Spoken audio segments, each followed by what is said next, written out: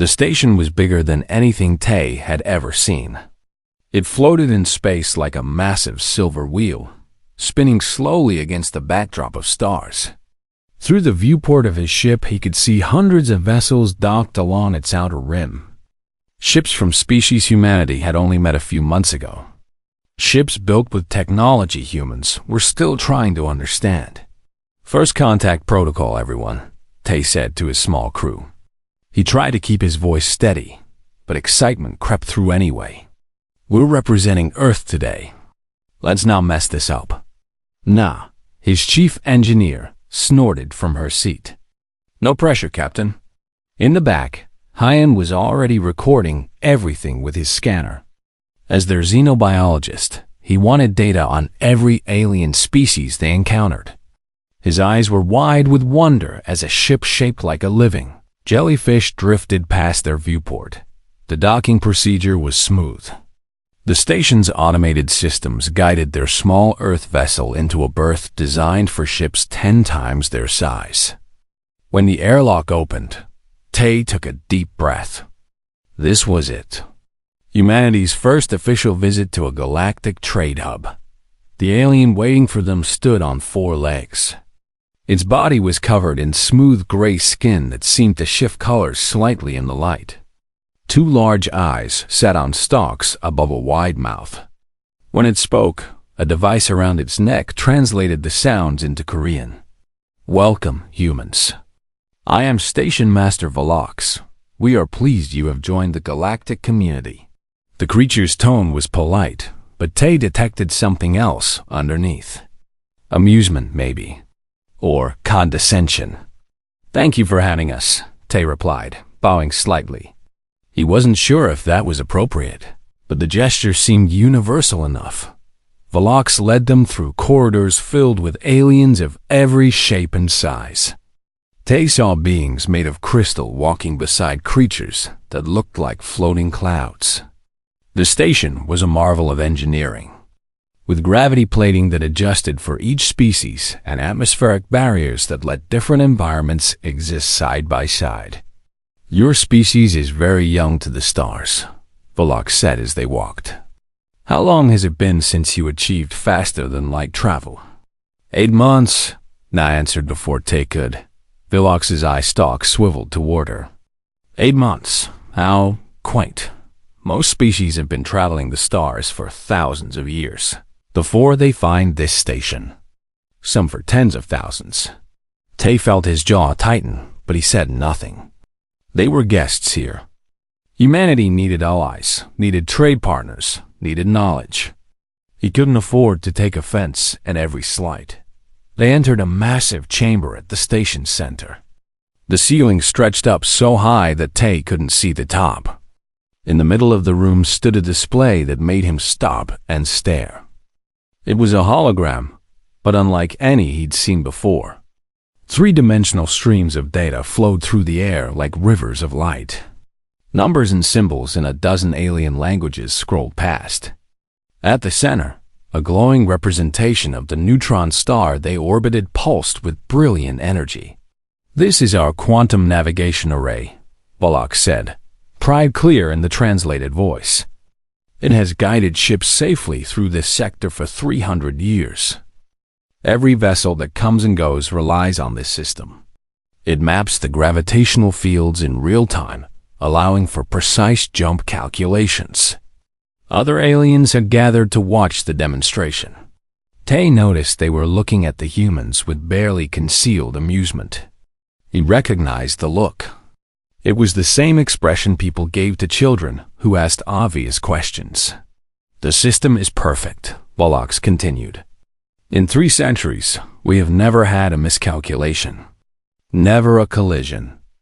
Never a failed jump. Your human computers are, I understand, still quite primitive. I hope seeing this will inspire your species to greater heights." Hyan was already scanning the display with his equipment. Na had her tablet out, recording the data streams. Tay moved closer to the hologram, studying the way the information flowed. The numbers represented gravitational measurements, he realized. Waves and fields mapped in stunning detail. He frowned. Something was wrong. The pattern didn't look right. Tay had spent years navigating Earth's oceans before joining the space program. He'd learned to read weather patterns, to sense when storms were coming, even when instruments said the sky was clear. This felt the same. The data looked correct on the surface, but underneath, there was something off. The gravitational waves from the neutron star showed small irregularities.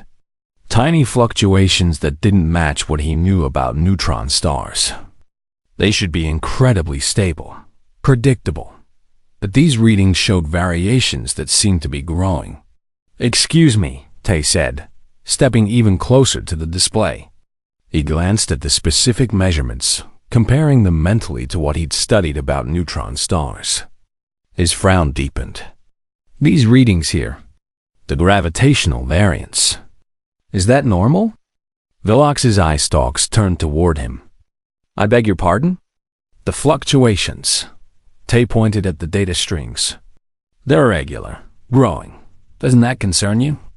A ripple of sound went through the gathered aliens. It took Tay a moment to realize they were laughing. "Young human," Velox said, and now the condescension was obvious. "This system has operated flawlessly for 300 years. The fluctuations you see are within normal parameters. The system automatically adjusts for minor variations. This is advanced quantum technology. I do not expect your primitive sensors to understand it." "But," Tay started. Perhaps one of the other aliens interrupted, a being that looked like a walking tree. "The humans need simpler displays. With pictures, maybe?" More laughter. Tay felt his face flush with embarrassment, but he couldn't shake the feeling that something was wrong. He looked at Na and Hyan. Na was frowning at her tablet, her fingers flying across the screen. Hyan met Tay's eyes and gave a small nod. He'd seen it too. "I'm sure you're right," Tay said carefully, forcing a smile. "We're still learning. Thank you for showing us your incredible technology." Velox seemed satisfied with that. "Of course. Now, let me show you the trade markets. That is why you are here, yes? To establish commercial relationships?" As they followed Velox out of the chamber, Na moved close to Tay. "You saw it too, didn't you?" She whispered in Korean, knowing the translator wouldn't pick up her quiet voice. "Yeah," Tay replied just as quietly. "Something's off with those readings." "I'm pulling the public sensor data," Na said. "I'll run some analysis back on the ship." Hyan joined them, his face troubled. "Captain, I don't like this. Those aliens have been watching these displays for centuries. If something was wrong, wouldn't they have noticed?" "Maybe," Tay said. "Or maybe they're so confident in their systems that they've stopped actually looking at the data." The rest of the tour passed in a blur. Tay smiled and nodded at the appropriate times, asked polite questions about trade goods and docking fees, and made all the right diplomatic noises. But his mind was elsewhere, turning over what he'd seen. When they finally returned to their ship, Tay felt relief wash over him. The airlock sealed behind them, and he could drop the diplomatic facade, double quotes, "Nah. How long until you can analyze that data?" "Already started," she replied, heading straight for her workstation. "Give me a few hours. Hyan, I need you to research long-lived species, how they perceive change over time." The xenobiologist looked confused. "What are you thinking?" "I'm thinking," Tay said slowly, "that maybe being the youngest species in the galaxy isn't such a disadvantage after all. Maybe fresh eyes see things that old ones have learned to ignore." He looked out the viewport at the massive station, at the neutron star burning in the distance. Somewhere in his gut, the same instinct that had kept him alive, through storms on Earth, was screaming that danger was coming. The only question was whether anyone would listen before it was too late. Na's voice broke through his thoughts. "Captain, you need to see this." Tay crossed to her workstation. On the screen, she'd isolated the gravitational fluctuations and run them through a predictive model. The pattern was clear. Whatever was causing those irregularities, it was accelerating. How long? Tay asked. Na's face was pale. If this trend continues, maybe 3 days. 4 at most. Until what? She looked up at him, fear in her eyes. Until I don't know. But something bad is coming, Captain. Something really bad. Tay stared at the numbers on the screen, then back at the station through the viewport. Thousands of aliens lived there. Hundreds of ships came and went every day. And none of them had any idea that their perfect, ancient, flawless system had missed something critical. He tried to warn them. They'd laughed at him. Now he had to decide what to do next. The human stepped closer to Na's screen, glanced at the display, and frowned. For 2 days, Tay barely slept. He kept the ship docked at the station while Na worked through the sensor data, running calculation after calculation. Yayan divided his time between helping her and researching every species database they could access. Tay himself spent hours staring at the numbers, trying to understand what they were seeing. The station continued its normal operations around them. Ships came and went. Traders haggled over exotic goods. Aliens of 100 different species went about their business without any idea that something might be wrong. Tay watched them through the viewports and felt a growing sense of dread. On the morning of the 3rd day, Na called them both to her workstation. She looked exhausted, her eyes red from staring at screens for too long. But there was certainty in her expression. "I've got it," she said. "I know what's happening." She brought up a holographic display that showed the neutron star and the surrounding space. The gravitational anomalies aren't coming from the star itself. There's something else. Something small but incredibly dense approaching the system. Approaching from where? Tay asked. Na manipulated the display, zooming out to show a wider view. A small red dot appeared at the edge of the hologram, slowly moving toward the neutron star. There. I had to combine data from multiple sensors to even see it. It's tiny, but the gravitational signature is unmistakable. Hyan leaned closer, his scientific curiosity overriding his concern. "What is it?" "A micro-black hole," Na said quietly. "Maybe the size of a marble, but with the mass of a small moon. It's on a collision course with the neutron star." The words hung in the air for a moment. Tay felt his stomach drop. "What happens when they collide?" "Nothing good," Na replied. She ran a simulation on the display. The red dot merged with the neutron star's representation. Immediately, the star's behavior changed. Violent waves of energy burst outward. The gravitational interaction will destabilize the neutron star. It'll emit a gamma-ray burst that will sterilize everything in the sector. When? Tay's voice was barely above a whisper. 70 hours. Give or take a few. Hyan sat down heavily in a chair. Why didn't the station systems catch this?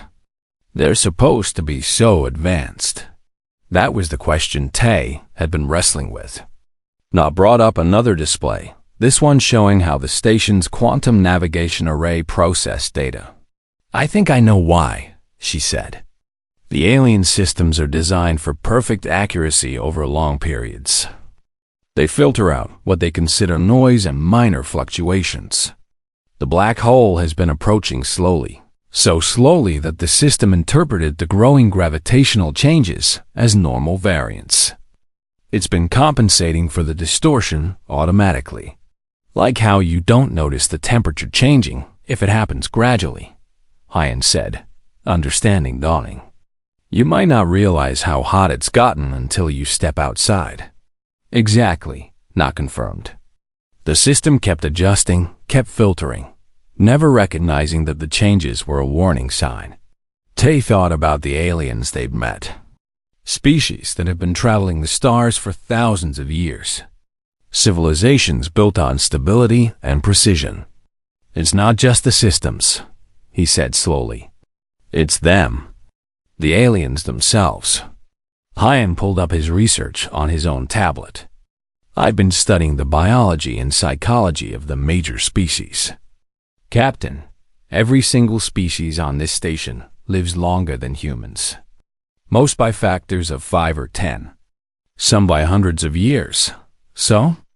Na asked. So they evolved on stable worlds, Hyan explained.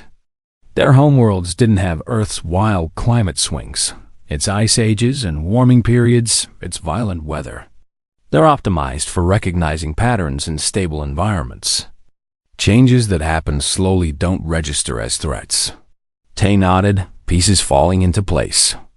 Humans lived through climate chaos. We had to adapt fast or die. We learned to spot patterns in storms, to predict changes before they became catastrophic. That's in our DNA. And we live short lives, Na added. 70, 80 years if we're lucky. We're used to things changing quickly. We look for change because our world was always changing. While they, Tay gestured toward the station, have species members who remember events from 500 years ago. To them, 3 days is nothing. Barely worth noticing.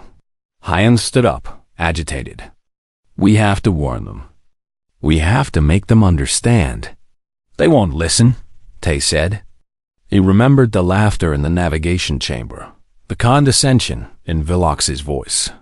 They think we're primitive, ignorant. Then we show them proof, Na said. We can't just let them die. Tay made a decision. Put together everything we have. Every calculation, every piece of evidence. Make it so clear that even the most arrogant alien can't deny it. Na worked for another hour, compiling their findings into a presentation. She triple-checked every number, every calculation. When she was done, they had an airtight case. The evidence was overwhelming. Tay requested an emergency meeting with the station council. To his surprise, they agreed. Maybe his earlier diplomatic efforts had earned him some goodwill. Or maybe they were curious what the primitive humans wanted. The council chamber was impressive. It was a circular room with seats for representatives from 50 different species. Most of the seats were full when Tay entered. Vilox sat at the center, eye stalks regarding Tay with what might have been amusement. Captain Tay, the station master said, you requested this emergency session. We are very busy beings. I hope you have not wasted our time. Tay swallowed his anger at the dismissive tone. Thank you for seeing me. I have urgent information about a threat to this station and everyone on it. That got their attention. Murmurs rippled through the chamber. A threat? Vilox's eye stalk swiveled. What threat? Na stepped forward and activated their presentation. The hologram appeared in the center of the chamber, showing the micro-black hole and its trajectory. In approximately 68 hours, this object will interact with the neutron star. The result will be a gamma-ray burst that will kill everyone in this sector. The chamber erupted. Aliens spoke over each other in dozens of languages. The translators struggled to keep up with the chaos. Vilox raised a limb for silence. This is absurd. Our navigation systems would have detected any such threat. Your systems have been compensating for it, Tay said. He nodded to Na, who brought up the comparison of the raw sensor data versus the processed information. The gravitational changes have been gradual enough that your filters classified them as normal variants. The tree-like alien from before spoke up. Young human, our systems have operated for centuries without error. You have been in space for less than a year. Why should we believe that you have found something our superior technology missed? Because we're looking at it with fresh eyes, Tay said.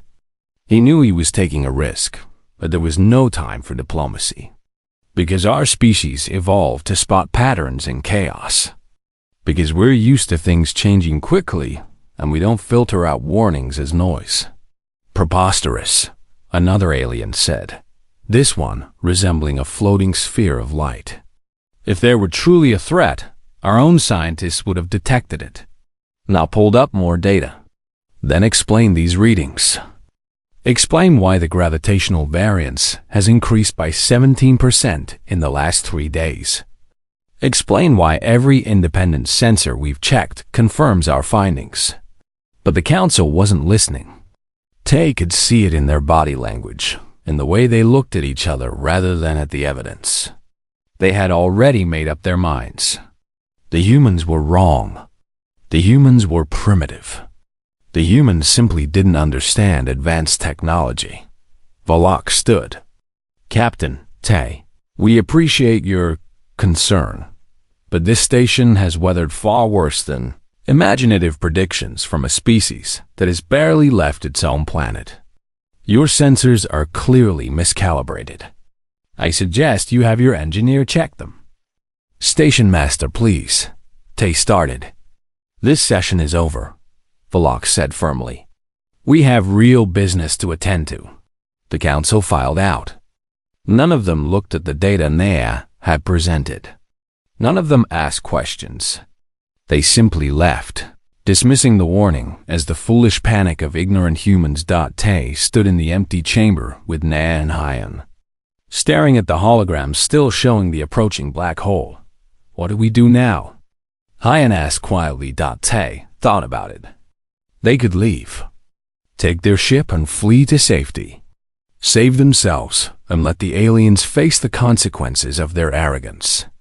Part of him wanted to do exactly that, but he thought about the young alien he'd seen playing in the station's recreation area, about the traders who had smiled at him, even if they thought humans were primitive, about the thousands of innocent beings who would die because their leaders were too proud to listen. We save them, Tay said, whether they want us to or not. How? Na asked. They won't even listen. Tay smiled, but there was no humor in it. Then we stop asking for permission. We're humans. We're good at improvising. Back on their ship, Tay paced while Na and Hyan brainstormed ideas. The clock was ticking. 66 hours until catastrophe. Maybe less if Na's calculations were even slightly off. We could broadcast a warning on all frequencies, Hyan suggested. Tell every ship in the sector to leave. They won't believe us any more than the council did, Na said. She was already typing furiously on her computer. We need proof they can't ignore. Tay stopped pacing. An idea was forming. What if we show them? Not just data, but something visual. Something obvious. How? Hyan asked. The navigation array, Tay said. It's displaying processed data, right? Data that's been filtered and cleaned up. What if we showed them the raw sensor feeds instead? Na's eyes lit up. If we could bypass the filtering algorithms, show them what the sensors are actually seeing, they'd have to acknowledge it, Tay finished. That's hacking into the station's main computer system, Hyan said nervously. That's a serious crime. They can arrest us, imprison us. Tay met his eyes. Would you rather be imprisoned or dead? Hyan nodded slowly. Point taken. Na was already working. I'll need access to the station's network. Physical access, not just remote. The security is too tight otherwise. Can you do it if you get to a terminal? Tay asked. Probably. Maybe. I don't know. I've never hacked an alien computer before. Na's fingers never stopped moving across her keyboard. Their systems are different from ours, but computers are computers. They all follow logic. What about me? Hyan asked. Tay thought for a moment. We need allies. Someone on this station must be willing to listen. Find the younger aliens, the ones who haven't spent centuries trusting the same systems. Scientists, maybe. People who value evidence over tradition. I'll try, Hyan said, though he didn't sound confident. Most of them still think we're stupid children. Then find the ones who don't, Tay said. They split up. Hyan left the ship to wander the station, looking for sympathetic aliens. Na gathered her equipment, preparing for the hack. Tay worked on a backup plan, studying the station's layout and emergency protocols. 4 hours later, Hyan returned with 2 aliens.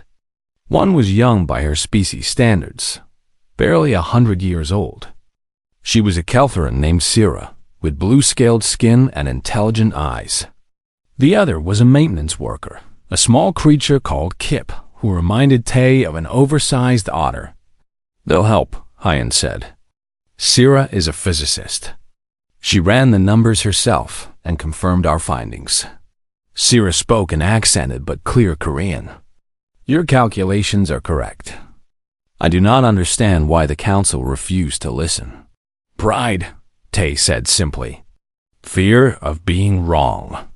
Take your pick. My people believe in evidence, Sira said. I believe you. What do you need? Access to a central network terminal, Na said. Somewhere I can work for at least 15 minutes without being interrupted. Kip chittered something. His translator rendered it as Maintenance Base 7. No cameras. Access to main conduits. I get you in. Perfect, Na said. She looked at Tay. Captain, this is really illegal. If we're caught, I know, Tay interrupted. I'll take full responsibility. If they want to arrest someone, they arrest me. We arrest all humans together, Na said with a small smile. We're a crew. Damn right, Hyan added. They moved quickly. Kip led them through service tunnels that most visitors never saw. The station's beautiful facade hid a maze of maintenance corridors and access shafts. They saw the true workings of the massive structure, the pipes and wires and systems that kept it running. Maintenance Bay 7 was exactly as Kip had described. A small room filled with computer terminals and tool racks, currently empty of workers.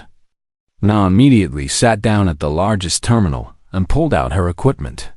How long? Tay asked. 20 minutes if everything goes perfectly. An hour if it doesn't. Na's hands flew across both her own keyboard and the alien terminal. I'm trying to understand their programming language. It's weird. Quantum-based logic instead of binary. Tay watched the door while Hyan and Sira kept lookout in the corridor. Kip assisted Na, explaining the station systems in his chittering language. Minutes crawled by. Tay's heart pounded every time he heard footsteps in the distance. Got it, Na said suddenly. I'm in the navigation system. Now I just need to... Okay, this is tricky. Their security is no joke. Can you do it? Tay asked. Give me 10 more minutes. Those 10 minutes felt like hours. Twice, they heard workers approaching and had to freeze, barely breathing, until the footsteps passed. Na never looked up from her work, her concentration absolute. Done, she finally said. She pressed a final key with a flourish. I've created a backdoor into the navigation array's display system. I can't change what the sensors detect, but I can change what gets shown on the public displays. So you can show the raw data? Sira asked. Better, Na grinned. I can show a comparison. Process data on one side, raw data on the other. Let them see what their filters have been hiding. When? Tay asked. Whenever you want. I can trigger it from our ship. They hurried back through the maintenance tunnels. Tay's mind raced ahead, planning the next steps. Showing the data wasn't enough. They needed to make sure people saw it. Understood it.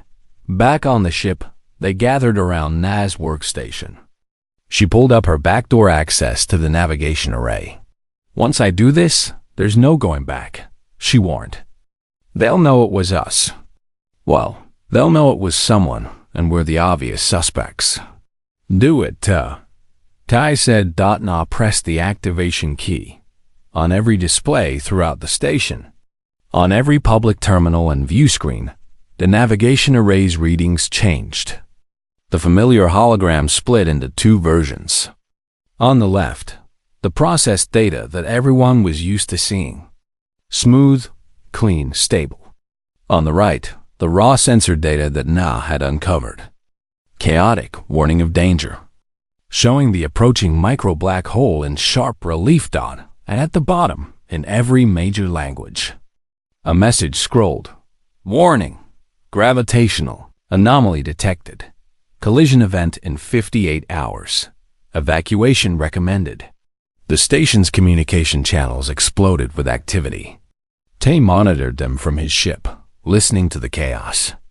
Aliens demanding explanations. Scientists confirming the readings. Security looking for whoever had hacked the system. Balak's voice cut through the noise, broadcasting on all channels. This is Station Master Velox. There's been a malfunction in our display systems. Please disregard the erroneous warnings. We are working to restore normal operations. But it was too late. The data was out there. Sierra and other scientists were already broadcasting their own confirmations. Independent ships were running their own sensor sweeps. The truth was spreading faster than Velox could contain it. Tay's communicator beeped. It was Velox requesting a private channel. Tay accepted. You did this, Velox said. Not a question. An accusation. Yes, Tay admitted. No point in lying. There was a long pause. Then, in a quieter voice, Velox asked, Is it real? The threat? Yes. We have 58 hours. Probably less. Another pause. Tay could hear the station master breathing, or whatever the Velox equivalent was. I have been station master for 90 years, Velox said finally. In all that time, the systems never failed. Not once. I trusted them completely. Sometimes trust needs to be verified, Tay said gently. My science teams are confirming your data now. They say you are correct. All of you. The primitive humans who have been in space for less than a year found what we missed for weeks. Tay heard the pain in Velox's voice. The humiliation. He almost felt sorry for the alien. What matters now is saving everyone, Tay said. We can argue about who was right later. Will you sound the evacuation alarm? Aye. Velox's voice trembled. I do not know how. We have never evacuated this station. The protocols are centuries old. Theoretical. Then we'll figure it out together, Tay said. That's what crews do. Another long pause. Then, Captain Tay, I am officially requesting human assistance in evacuating this station. Will you help us? Tay looked at Na and Hyan. They both nodded. We'll help, Tay said. But we do it my way. No more dismissing our ideas because we're young. No more ignoring warnings because they come from humans. Deal? He half expected Velox to refuse. To cling to pride even now. But the station master surprised him. Deal, Velox said. What do you need? Tay smiled. First, access to your emergency systems. Second, broadcast capability on all frequencies. Third, grant me temporary authority to coordinate ship movements. That is, highly irregular. So is a gamma ray burst. We don't have time for regular. Will you do it? A moment of silence.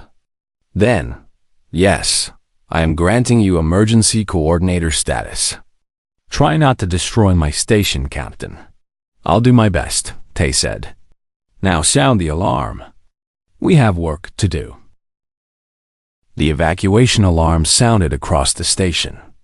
It was a sound no one had heard in 300 years, a deep pulsing tone that made Tay's bones vibrate. Throughout the massive structure, lights changed from their normal soft glow to emergency red. Chaos erupted immediately. Tay watched the station's security, cameras from his ship's command center. Aliens ran through corridors in every direction. Some headed for docked ships. Others gathered belongings. Many simply stood frozen, unsure what to do. The station had 11,000 residents and could hold 20,000 visitors at capacity. Right now, it was nearly full. How many ships are docked? Tay asked. Na checked her displays. 473.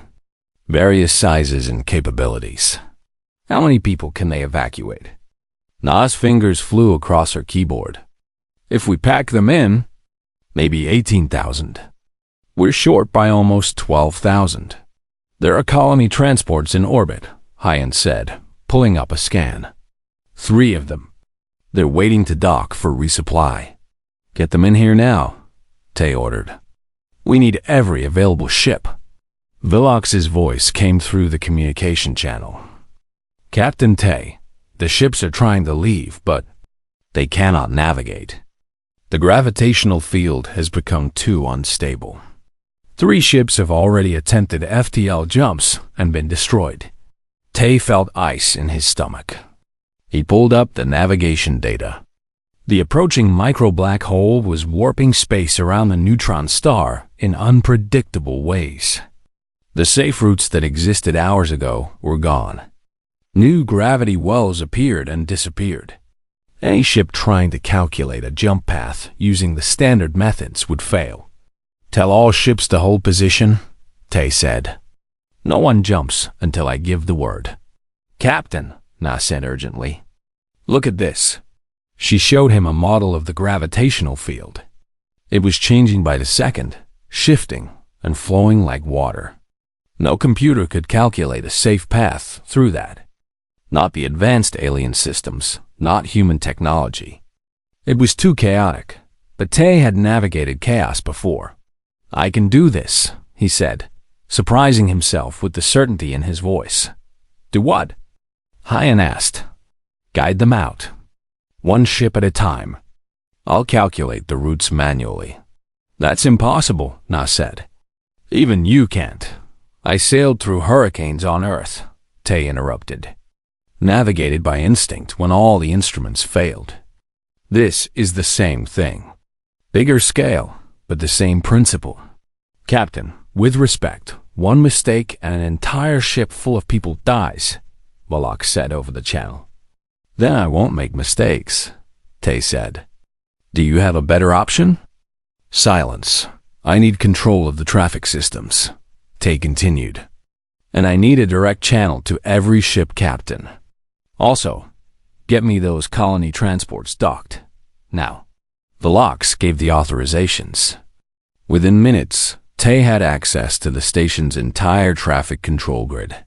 He could see every ship, every docking port, every person waiting to evacuate. The first wave consisted of small, fast ships. Tay studied the gravitational field, watching how it flowed. He saw patterns in the chaos, felt the rhythm of it. There, a safe corridor opened up. It would last maybe 30 seconds. Ship Delta 7, Tay spoke into the comm channel. You have a 30-second window. Undock now and follow these coordinates exactly. He transmitted the course. The small ship undocked and moved. Tay watched with his heart in his throat as it navigated through the dangerous space. 20 seconds. 25. 30. The ship vanished into FTL, safely away. Next, Tay said. For 3 hours, he worked without stopping. Ship after ship, he found routes through the chaos. He adapted constantly, reading the gravitational field like a sailor reading the ocean. Sometimes the windows were wide and easy. Other times, they were narrow threads that required perfect timing. Na and Hyan supported him, monitoring systems, coordinating with the station, making sure supplies and people got where they needed to go. Sierra and Kip helped organize the evacuation on the station itself, keeping panic under control. The colony transports finally docked. They were massive vessels designed to carry thousands of colonists. With them, they could save everyone. Tay allowed himself a moment of hope. Then Na's screen flashed red. Captain, we have a problem. One of the colony transports, the largest one, was showing critical engine damage. It could barely maneuver, let alone escape the gravity well. "How many people are on board?" Tay asked, though he already knew the answer would be bad. 10,000, Na said quietly. "Mostly Villock civilians, families." Tay pulled up the transport's position. It was caught in a gravity eddy, a whirlpool of warped space that was pulling it slowly toward the neutron star. The ship's engines weren't strong enough to break free. He opened a channel to the transport's captain. "This is Captain Tay. What's your status?" The response came back in Villock, translated by the computer. "We are trapped. Engines at maximum, but we cannot escape the pull. We estimate 40 minutes until we cross the event horizon of the gravity well." 40 minutes. Tay had 40 minutes to save 10,000 people. "Options," he said to his crew. "We could attach tow cables," Hyan suggested. "Use other ships to pull them free."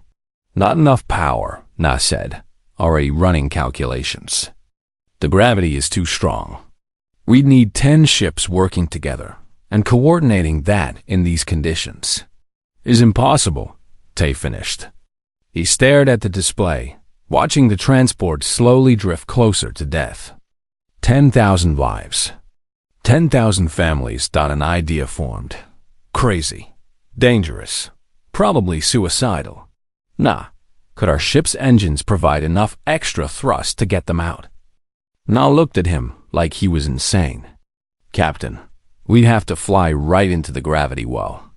The stress on our hull, could we do it?" She ran the numbers. "Maybe, if everything goes perfectly. If we don't get torn apart. I'll take those odds," Tay said. He was already plotting a course. "Hyan, prepare the tractor beams. Nah, route all non-essential power to engines and structural integrity." "Tay," Velox's voice came over the Kung. "You cannot do this. You will die." "Maybe," Tay said. "But maybe not. And if I don't try, those 10,000 people definitely die. I can't live with that." He took manual control of his ship. His hands gripped the controls the same way they once gripped the wheel of his sailboat in Earth storms. The same instinct that had kept him alive then would have to work now. "Hold on," he told his crew. The small human ship undocked and dove toward the gravity well. Immediately, Tay felt the pull. The ship groaned as forces tried to tear it apart. Warning alarms screamed. Na called out damage reports, but Tay tuned them out. All his focus was on reading the gravitational currents. Finding the path through Dot, the transport loomed ahead, massive and helpless. Tay brought his ship alongside it, fighting the pull every second. His hands moved across the controls with practiced precision, making constant tiny adjustments. "Tractor beams," he ordered. Hyan activated them. The beam locked onto the colony transport. Immediately, Tay felt his ship lurch as it took on the weight of the larger vessel. "Full power to engines," Tay said. Na complied. The engine room became a furnace as the reactors pushed beyond their safety limits. The ship shook so hard that Tay's teeth rattled, but they were moving. Slowly, impossibly slowly, pulling the transport away from the gravity well. "Hull integrity at 60%, Na reported. "Keep going," Tay said. 50%. The ship screamed around them. Metal groaned. Something exploded in the engine room, but Na kept the power flowing. 40%, Captain. If we go much lower, almost there, Tay said. He could see it, the edge of the gravity well. Just a little further. His hands moved across the controls, making adjustments that had no mathematical basis. Pure instinct. Feeling the ship, feeling the gravity, dancing with forces that could crush them. 30%. Captain, we have to... They broke free. The sudden release of pressure almost sent them spinning.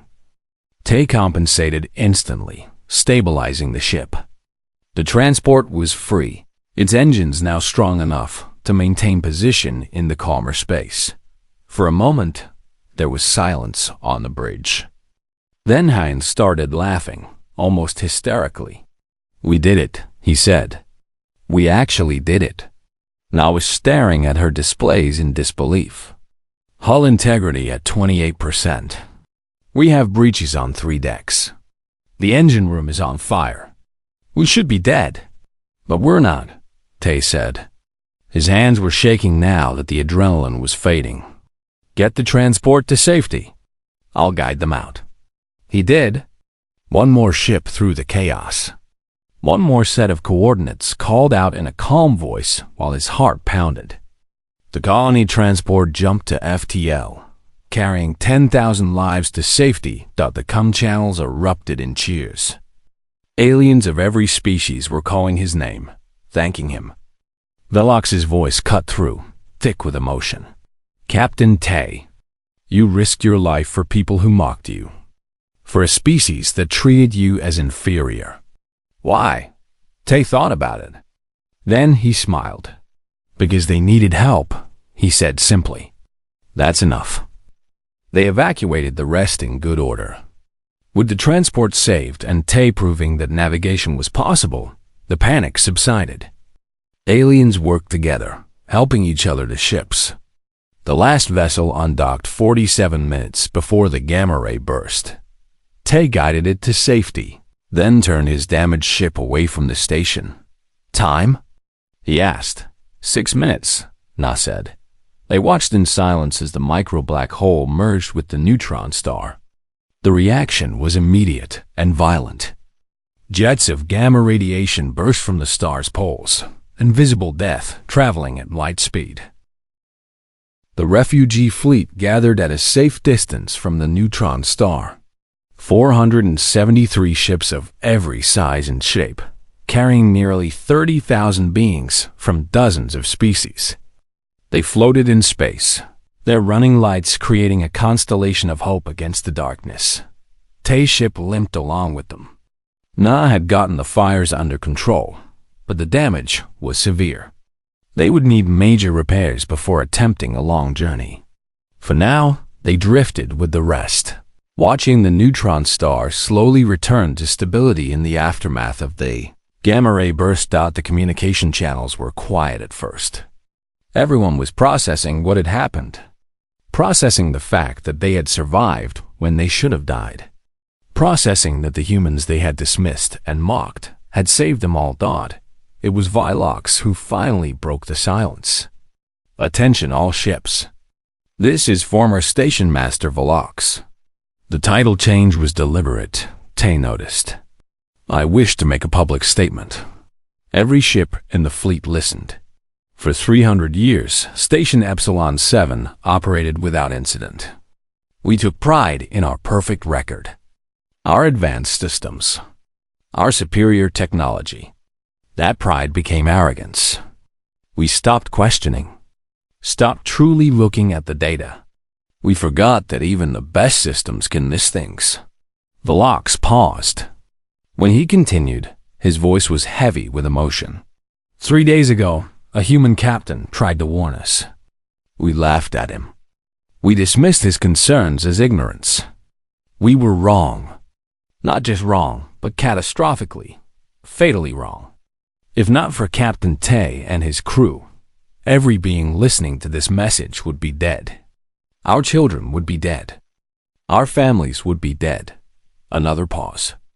"Captain Tay, would you accept a direct channel?" Tay activated his comm.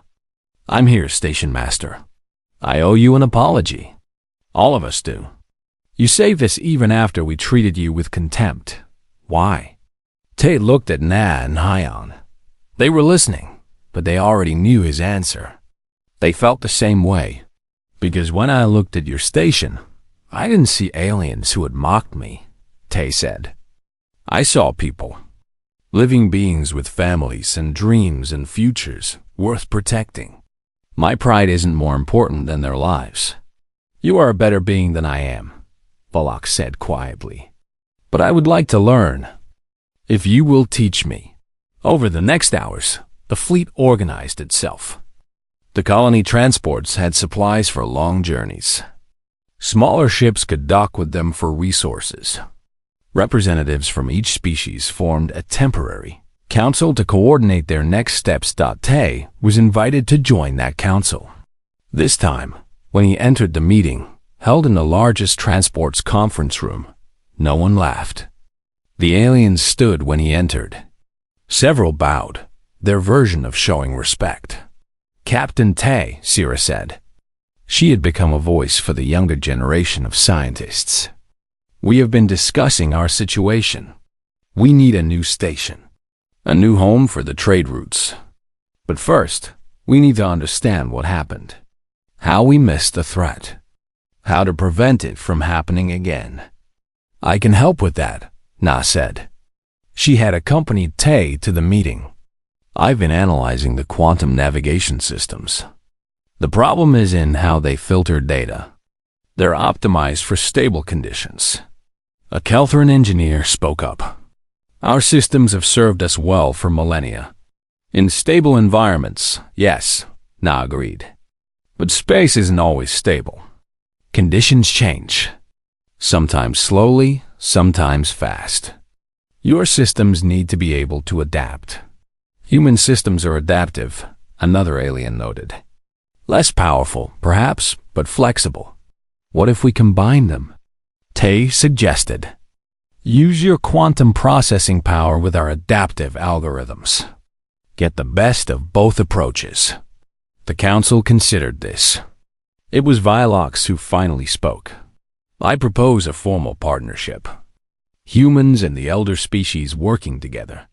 Sharing knowledge. Your species sees patterns we miss. Your short lives make you value each moment, each warning sign. We have knowledge and resources you lack. Together, we could be stronger than apart. What exactly are you proposing? What exactly are you proposing? Tay asked. The Council has authorized me to offer humanity a position in the Galactic Commerce Alliance, Volok said. Full membership, with all rights and responsibilities.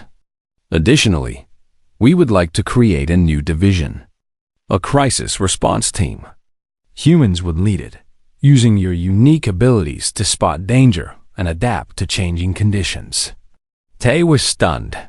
Full membership in the galactic community was something Earth had hoped for eventually. Maybe in 50 years. 100. Not after 8 months. There's more, Sira added.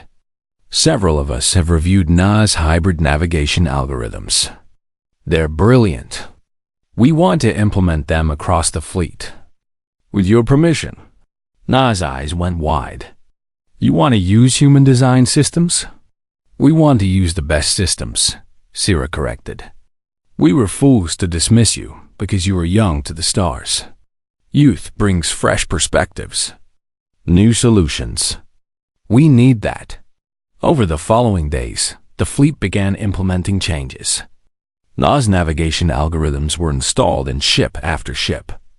Hyan worked with alien scientists to create new protocols for threat assessment, ones that valued intuition and pattern recognition alongside data analysis. Tay coordinated with the fleet's captains to establish evacuation procedures that actually worked. He drilled them on crisis response, taught them to think dynamically instead of rigidly. The aliens learned quickly. They had to unlearn centuries of certainty, of trusting their systems absolutely. But they were trying, really trying. A week after the evacuation, the Council made another announcement. They would build a new station, but this one would be different. Human engineers would work alongside alien architects. The new systems would combine quantum processing with adaptive algorithms. There would be redundancies, cross-checks, and most importantly, a culture that valued questions over certainty. They would call it Hope's Crossing, a human tradition of naming things after what they represented. Tay stood in his repaired ship, looking at the construction plans on his display. The new station would be magnificent. A true collaboration between species. Captain? Hyan called from the doorway. There's someone here to see you. A young Vilok entered, barely old enough to be away from its parents. It approached Tay shyly. "Captain Tay, I wanted to say thank you for saving my family, saving everyone." Tay knelt down to the child's level. "You're welcome. What's your name?" "Kiv. I want to be like you when I grow up. A ship captain who helps people." "That's a good dream," Tay said. "Study hard. Learn everything you can. And remember to always ask questions, even when everyone says the answers are settled." The child nodded seriously and ran off. Tay stood, watching it go. "You're a hero to them now," Valak said, entering the room. The former station master had been working closely with the humans, learning their methods. "To all of us, I'm just a sailor who got lucky," Tay said. "No," Valak disagreed. "You are what we needed, what the galaxy needed. A reminder that being new doesn't mean being wrong. That different perspectives have value. That sometimes the most important voice is the one that sees what everyone else has stopped noticing." He handed Tay a datapad. "This is your official commission as commander of the Galactic Crisis Response Division. You have authority to recruit from any species, access to any resources you need. Your mission is to watch for what we miss, to ask the questions we forget to ask." Tay scrolled through the document. It was real, official. Humanity had gone from barely having FTL capability to leading a galactic organization in less than 2 weeks. "I accept," he said. "On one condition." "Name it." "My crew stays with me." "Nah, Hyan, and anyone else I recruit. I choose my team." "Of course," Volox agreed. "I would not trust this to anyone else." 3 months later, Hope's Crossing was partially operational.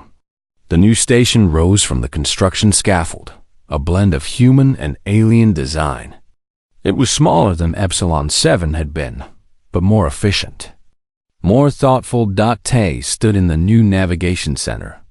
The displays show both processed and raw data side by side, a constant reminder to question what you see. Human operators worked alongside aliens, teaching and learning from each other. Had assembled a team of engineers from 6 different species. They were developing the next generation of adaptive systems, combining the best of every culture's technology. Hyan ran the training programs, teaching new recruits how to spot patterns in chaos, how to trust their instincts while verifying with data, how to speak up when something felt wrong, even if everyone else said it was fine. Sierra approached Tay in the navigation center. "Commander, we have a situation. A colony world is reporting unusual seismic activity. It might be nothing, but better to check than assume," Tay finished. "Send the team. I want full sensor sweeps and local reports. Don't rely on just one data source." "Already done," Sierra said with a smile. "I'm learning." Tay watched the activity in the navigation center. Humans and aliens working together, each bringing their strengths to the partnership. It was chaotic sometimes, with different working styles and communication issues. But it worked. That evening, Tay recorded a message to send back to Earth. It would take weeks to arrive. The people needed to know what was happening. "This is Captain Tay reporting from Hope's Crossing Station. I know you've heard about the evacuation and the aftermath. I want to tell you what it means for humanity." He paused, gathering his thoughts.